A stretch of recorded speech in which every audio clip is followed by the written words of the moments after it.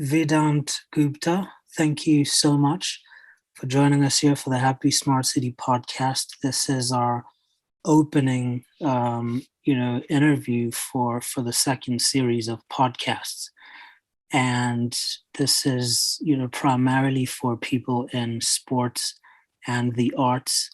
I think that very often, people in these areas don't get much of a spotlight, even though they are the heartbeat of the city. To be quite frank, so what I'm going to do with you is typically what we've done, with the previous series. We have a few questions, and then, we can hit on some issues that you think are important that I may not touch on through these questions. So thank you so much for joining us. Awesome. All right. So, can you tell us about your journey and plans for the future in the global sports media? Absolutely. Yeah. So, I'm Vedant. I'm 14 years old, and I've been doing sports media for 3 years now. Started Global Media back when I was 11. I'm 14 now. I've done 1,500 celebrity interviews and over 250 hosted shows, and I'm also working on writing a book right now, so I'll be an author soon. And I think my big message is to inspire millions of kids that they can do things at a young age. That's kind of the main thing that I've kind of set out to do. And the goals for the future are just to be that first kid on national TV as a reporter, host, or producer. It's never been done before. And hopefully show that kid out there that they can do the same thing. Whether that's in cooking, whether that's in art, whether that's in media like me, whatever they want to do, they can accomplish at a young age as well. And they can attain their goals. Lovely, lovely. So I'm gonna let you in on a little secret of my own. When I was around 7 years old, I started Taekwondo. And just, at the age of 10, I became a junior black belt in Taekwondo. And a lot of people don't know this. So I started golf at around age 9 because my mom didn't like me playing Taekwondo, because I was improving so quickly, and she just wondered what the end would be. Now, I think for me, starting golf, and I started playing professional golf tournaments when I was between 16 and 17, but joining golf wasn't necessarily my first choice, even though I fell in love with it eventually, because of the nature of the sport that it is. But I say that to ask you this question.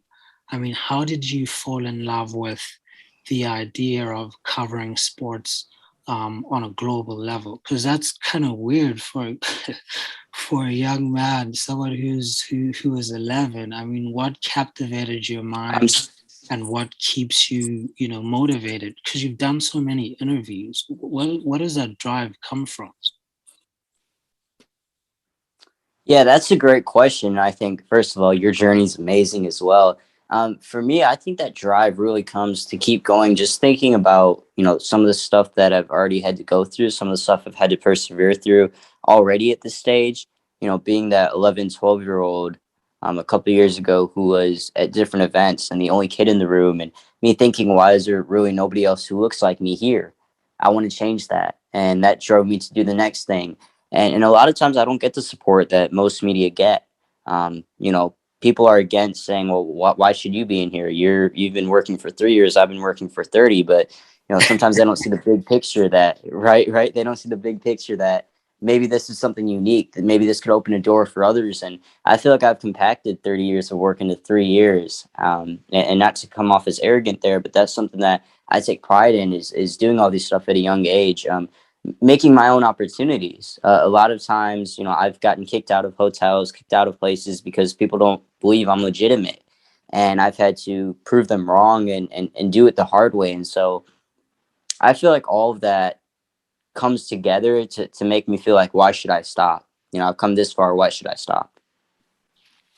Wow. I think my respect for you has just gone through the roof.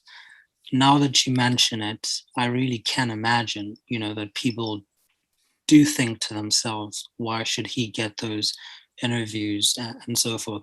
Because to be quite honest, Vedant, I mean, you've interviewed some of the most, some of the most sought after profiles in sports, period. You know what I mean? Right. Not just one sporting code and not just one state, but some of the biggest sporting codes in the world. So congratulations on that. Now, this is a very important question that I want to ask here because you work, obviously, you do these interviews in different communities, mainly in the US. And I'm just curious, I mean, how does your work help the different communities that you work in? Yeah, first of all, again, I appreciate you for the kind words. I think for me, helping my community and the work that I'm doing is just, I get so many DMs all the time from different people saying that, man, I never thought about that. I never thought that I could do things now. And it may be a 10-year-old DMing me, an 8-year-old, a 13-year-old, even sometimes adults who are like, I thought it was too late. And I think that's kind of what my whole message is, and that's what I'm here to do good in, is to show that it's not about me. It's not about what I accomplished. That can mean less. It's about encouraging the next person, that like I said, that 5-year-old, that okay, maybe I can start too, or that maybe 50, 60, 7-year old, that I can start as well, no matter how old I am. And so I feel like that's kind of my purpose. I feel like that's why I'm here. I feel like that's why everyone's here, is they're in their field. What you succeed in is important, but what's most important is how you can touch that next person, touch that next generation. Well, you know what? I think the next generation issue is, I'm going to say it's pretty obvious, but it's very important. But one thing that really speaks to me that you just said is for people who think it's too late. You know what I mean? Right. When people's lives start to get, very monotonous, very repetitive. There's no inspiration. They just do things just to pay the bills, and they forget that they once had a sparkle in their eye, just like you do. You know what I mean? Right. And some people, it's kind of a catch-22. It does take a lot of work, but people sometimes overestimate what simple baby steps can achieve. You know what I mean? So, Yeah. so I think what you're saying is really powerful for people who think that it's too late to start something. And I always say I've done work and I still do advise, governments and universities in issues of Wow. space, space and space engineering, space technology, under a United Nations mandate. And in the space industry, there's so many people, Vedant, you know what I mean? Like, Yeah. there's a whole industry, and there's people who do all sorts of things. There's psychologists, there's nutritionists, there's so many different things. And if you're passionate about something, just get in there, because all you need to do is figure out how you fit in. You may not be part of, the glitzy conversation of, okay, building, a rocket engine, or, I don't know, innovating rocket fuel or something like that. But you can be part of the action, contributing in your own little way, and just living out your dream. People underestimate that, and I think that's really powerful. Yeah. Okay. Yeah, no doubt about it. Mm. Okay. So the third one for you is, what have you? Okay. Okay. Okay. Okay, so what can you say about the importance of data in your research? Because clearly, I mean, you're doing something right. So how are you using the data to inform your day-to-day decisions or your strategies and so forth? Yeah, I think that's a great question, because a lot of times, I take trips that people question, or I go to places to try to accomplish things that people will be like, man, that's a risky decision. You're either going to get something, or you're going to go there and waste a lot of time. And I think you always find success when you're looking for it and when you're willing to work hard enough for it. I'll give you a couple examples. Recently, I don't know how much people follow the NBA in your audience, but of course, the Bucks and Suns were playing the NBA Finals. right? And that was a big sporting event in Milwaukee, Game 6. You know, the Bucks have a chance to win the NBA Finals. And so I live in Michigan, which is about 5, 6, 7 hours away. I'd say about 7 hours away from Milwaukee.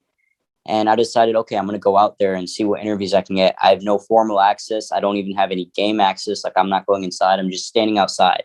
Keep in mind, there's also 100,000 people in that area. And I'm just going in blindly. Let's see what I can do.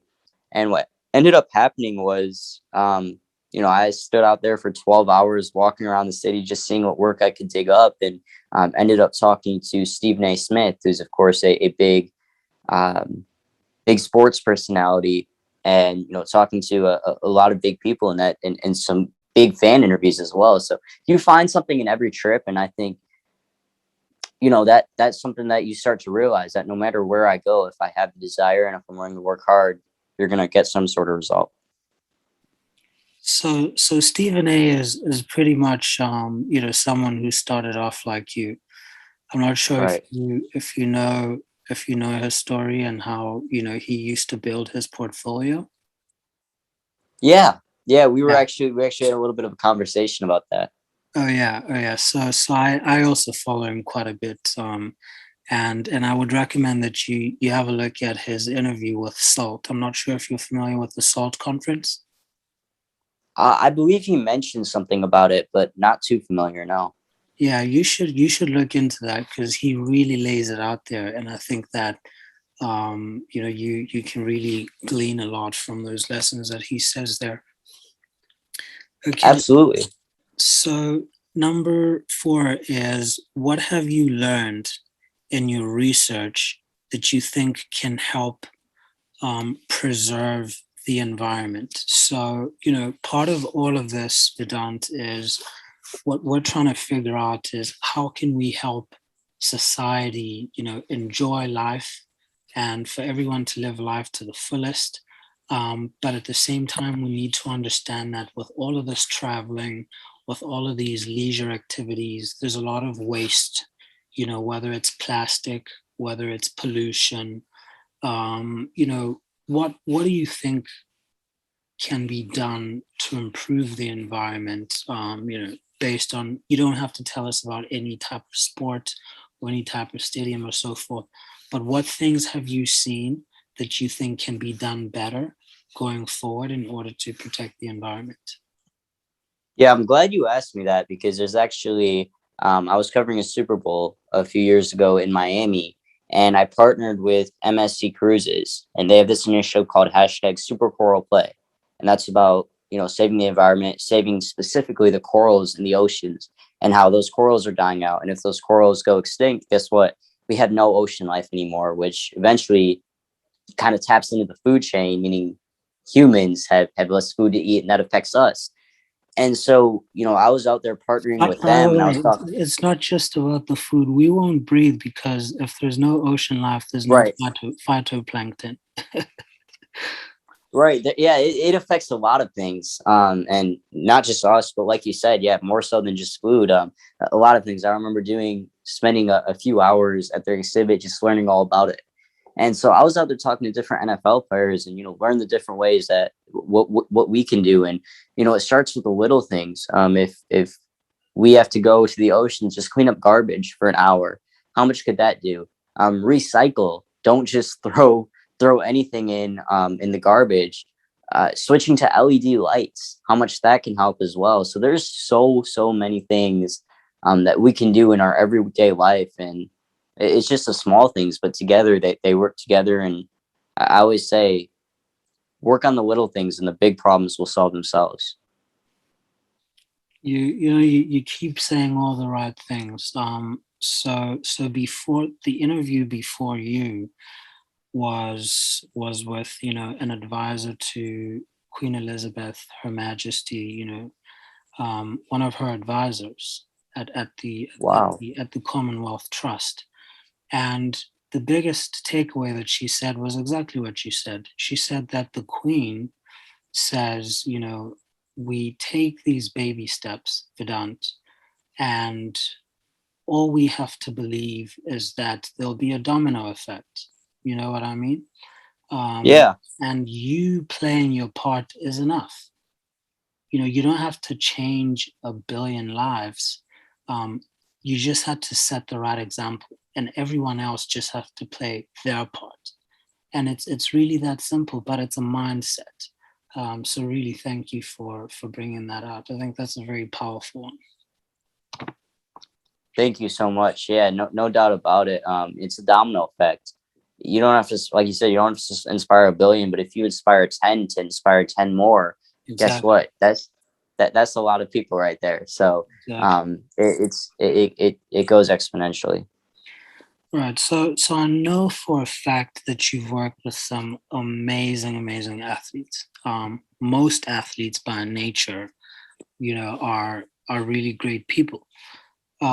So can you tell us, about some inspiring athletes and sports industry professionals that you've worked with? Who can you think about right now that really, really inspired you and you think is worth supporting? Yeah, absolutely. I think, the first one that comes to mind is I was recently in New York City covering the ESPYs. So that's a big sports awards. And one person who they were honoring was Chris Nikic. So Chris Nikic is a triathlete.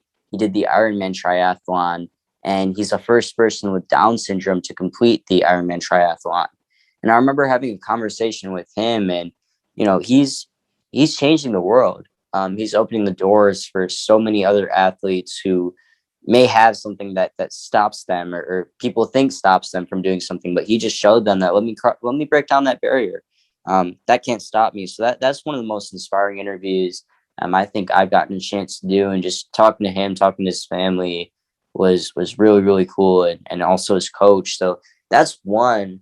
Um, I think there's really a lot of people. I think in every sport there's someone. Um, Really broadly, every athlete has a purpose. They got to where they are for a reason, and that's because they're the best at what they do, but because of their determination and not giving up. And I think that mindset alone can inspire people. Lovely, lovely. Okay, so how do you think the sports industry improves underserved communities? So, all these cities, I mean, they're different. Some cities are more developed than others, and even some athletes are more privileged than others. So, how have you seen the sports industry improve the quality of life, across the different cities where you've been traveling? Yeah, 100%. I think it starts with diversity. That's one of the most important things, and how that happens is, then one of the big things that I cover kids camps. Athletes holding a kids camp in different communities and even in underserved places, and one that gives the kid an opportunity to see someone that maybe they looked up to, and get the chance to interact with them and see the kind of things that they go through. But more importantly, it shows us success and the light at the end of the tunnel. That, man, if I work hard, if I stay on the right track, if I go down the right path, I can end up there one day too. And I think that's one of the most important things. I think all these different leagues, all these different sports leagues are making an effort to, hold clinics, hold camps, even internationally outside of just the USA. I know the NBA has done some work in China and India and in a bunch of different places to help that audience. And I think that'll continue to grow and grow and grow until at one point, those things are going to start to, really, really be big time. Yeah, yeah, that is so true. I think, one thing that still, um, you know, let's say kind of hurts me the most is the fact that the world today is so advanced. You know what I mean? Like we've got all these amazing technologies, and we've got all these amazing management systems, and all of this information really at our disposal.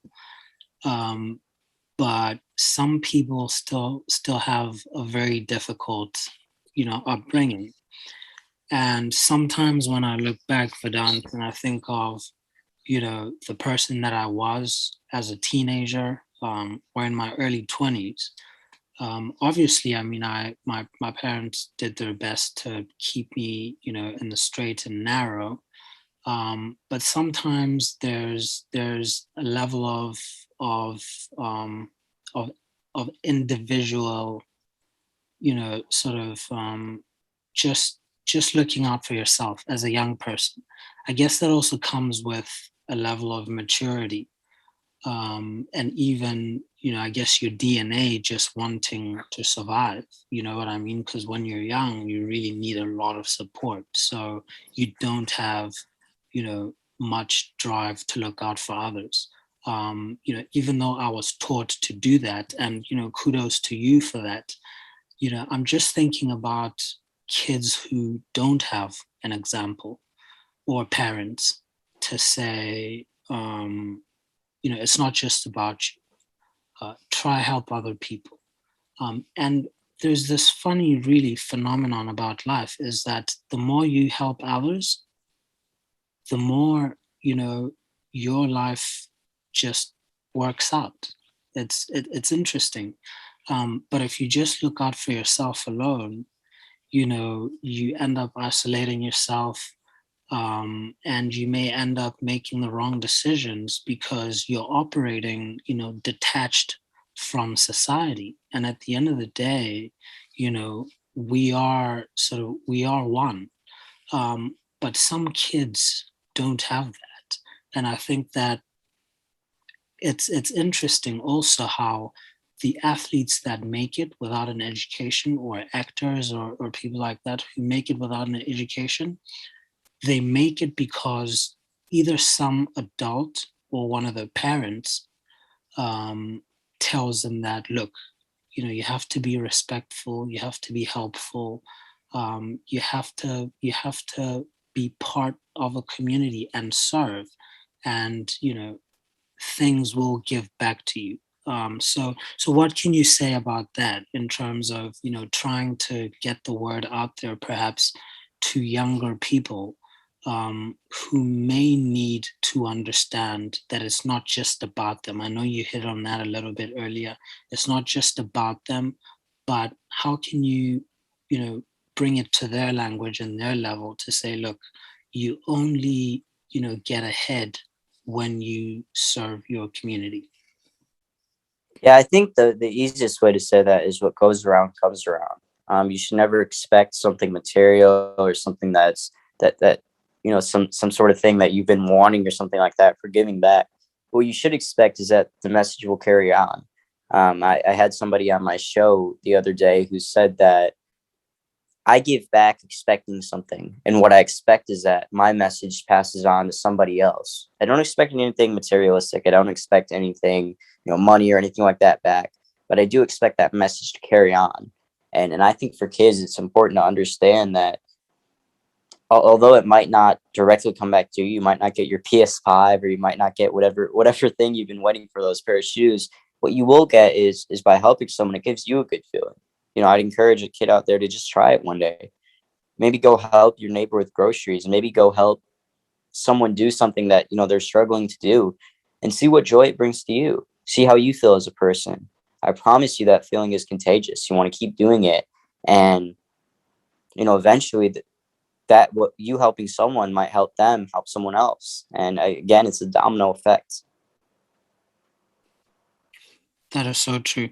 Now, I wanna also let you in on another little secret, that I think, you know um, if there's a young person that'll listen to this, anytime in the future, or perhaps even for yourself. So I'm just gonna put it out there. So I remember this one time, I was playing soccer with my friends. I think I was in, I don't know. I was barely 12. Okay, so round about there. So between 9 and 12, I can't remember clearly. But we had this thing, like every time after playing soccer, we'd get like cookies and popsicles and stuff, and then just hang out under the shade or whatever. And then, so I was the type of person, because my mom used to do that a lot. Like she would if she buys something, everyone else would have more than her. So if the numbers don't balance out, she would take the least, right? If there's if there's three people and there's five cookies, my mom would take one, and then the rest would get two. So that's something that was just natural to me. And I remember this one time, and life was good, and I remember this clearly because it changed a few things when I strayed away from that. And so I remember this one time, this older guy, whom we used to, play around with in the neighborhood and whatever. And he said to me, you know, why are you taking three? I think or two or whatever. So everyone else had like two times what I had, something like that. And he said, you can give me, maybe five, you take seven, and then everyone else gets two. You know what I mean? Um, and that's something that kind of persisted for a few years. I started looking at life in that way, and once I started to want more and more for myself and less for others, um, the more impoverished I started to feel, and the more it sort of brought up a scheming mentality inside of me as a young person. And so I don't know why, but I think I'm really fortunate to, at some point in my life, when I was just looking back at what things I needed to improve, I just remembered that scenario where this guy, just kind of, played that little game. And the moral of the story here is, I'm not suggesting that people shouldn't enjoy the fruits of their labor or fight for what's rightfully theirs. Um, but just think hard, long and hard about why you would want to keep a lot for yourself. Because sometimes, and I'll repeat this again, you almost imprison yourself and you isolate yourself by hoarding and wanting too much, and eventually no one wins in the end. So just putting that out. um, I'm going to give you the last question, and I don't mean to put you on the spot here. It's just a standard question. And then after this question, you can sort of, add on anything that you'd like to talk about.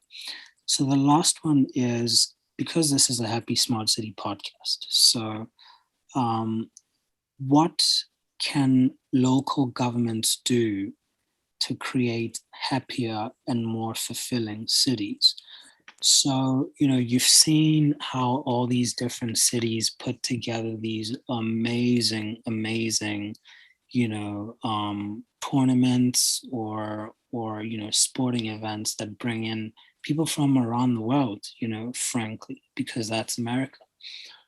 You've seen how they do it, and that brings an economy to the cities, and it brings a type of liveliness and an enjoyment in the community. But what do you think that they can do? Is there more that they can do to create happier and more fulfilling cities where people would want to live? I think, and I appreciate that question. I think for me, and I never really get into politics. I think the big thing is when I look at politics, I think one of the things that makes it negative constantly is there's one party and another party, and they're constantly fighting with each other, right? That's the basic of politics. What if we had a little bit more inclusion?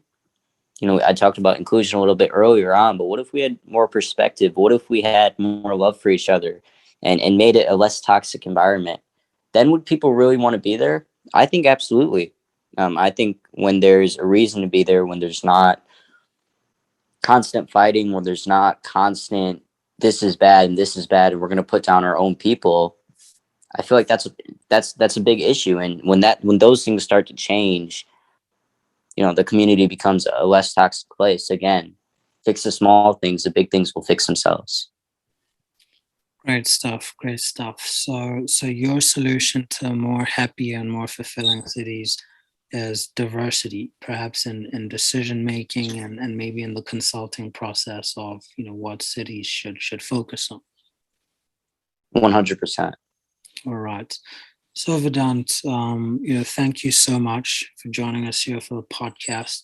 If there's anything else that you'd like to share about your work, maybe, or some important points that you'd like to touch on, please feel free. Yeah, I appreciate it. I mean, the last thing I just leave everyone with is whatever you want to go do, just do it. Don't wait. Don't wait for something to happen. Don't wait for some door to open. Go open it yourself. The knob is right there. You just got to twist it and make your own opportunity. Don't take no as I can't do anything. Take no as okay. How do I turn that into yes sometimes? So I guess to reiterate, start young. Don't worry what other people say, and make your own opportunities. All right, all right. So look, you've inspired me just listening to you speak. And my final word to you is you've already done so much. You know what I mean? And I think just keep at it. Just keep at it. I know a lot of people are rooting for you. There's no way that you can achieve what you've achieved without some really good people sort of believing in you. And just my regards to you and your family. Thanks so much for joining us. I really appreciate it, and keep up the great work with the podcast.